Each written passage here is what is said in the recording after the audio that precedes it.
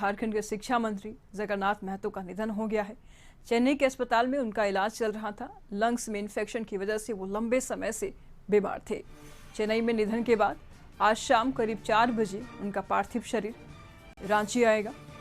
और आपको बता दें, विधानसभा के मानसून सत्र के दौरान अचानक उनकी तबीयत खराब हो गई थी। घबराहट और बेचैनी के बाद उनको पास के ही HSC पारस अस्पताल में भर्ती कराया गया था।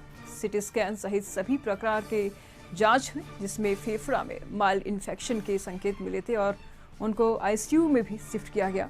रात में उन्हें एयर एम्बुलेंस से MGM चेन्नई शिफ्ट कर दिया गया था, जिसके बाद इलाज के दौरान उनका निधन हो गया। वहीं CM हेमंत सोरेन ने शिक्षा मंत्री जगन्नाथ महतो के निधन पर गहरा दुख जताया है।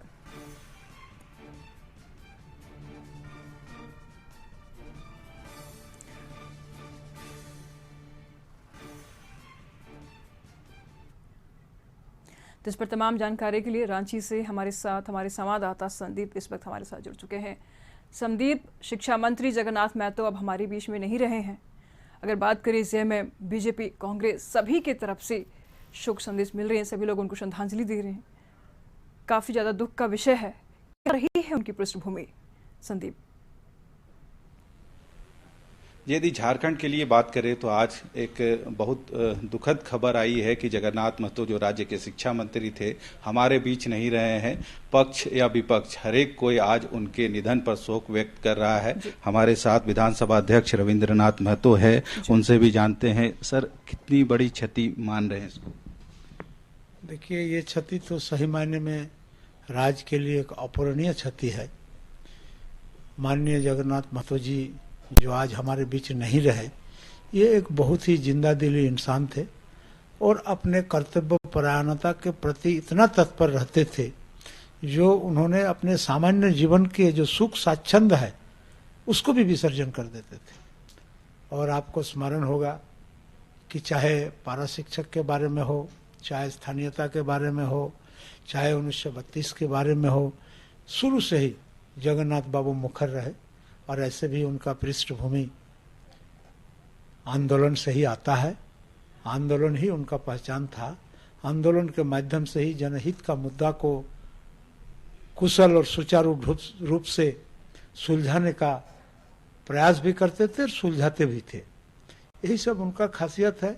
और इसीलिए मैं इस बात को कह सकता हूँ कि आने वाला समय में दूर दूर तक जगन्नाथ बाबू नहीं रहने के कारण जो रिक्ति उत्पन्न हुआ राजनीतिक जगत में, वह निकट भविष्य में पूर्ण होना संभव प्रतीत नहीं हो रहा है। सर, यदि अभी की बात की जाए तो लास्ट मुलाकात लगभग सभी की विधानसभा कार्य के दरमियान ही हुई थी, जब उनकी तबीयत खराब हुई थी। फिर उनको ले जाया गया था और विधानसभा में प्रखर तरीके से जगन्नाथ बाबू अपनी बातों को रखते। मैं आपको बता दूं, इस पिछले बजट सत्र में उन्होंने हमको फोन पर सूचना दिए कि दादा, हमको कुर्सी में बैठने में थोड़ा दिक्कत हो रहा है, इसलिए हमसे अलग तरह का कुर्सी का व्यवस्था करवा दीजिए। मैं फिर क्वेश्चन मंगा करके उनको बैठने में तकलीफ न हो इस तरह का कुर्सी का व्यवस्था हमने कराया। और जब वो अपना प्रश्नों का उत्तर माननीय सदस्यों को दे रहे थे, तो हमने आसन से कई बार आग्रह उनको किया कि आप बैठ के जवाब दीजिए। हम समझ रहे थे आसन से जो उनको जवाब देने में तकलीफ हो रहा है, सांस प्रश्वास लेने में तकलीफ हो रहा है, इसलिए मैंने भी उनको कई बार टोके, तो बोला नहीं, हम जवाब दे लेंगे।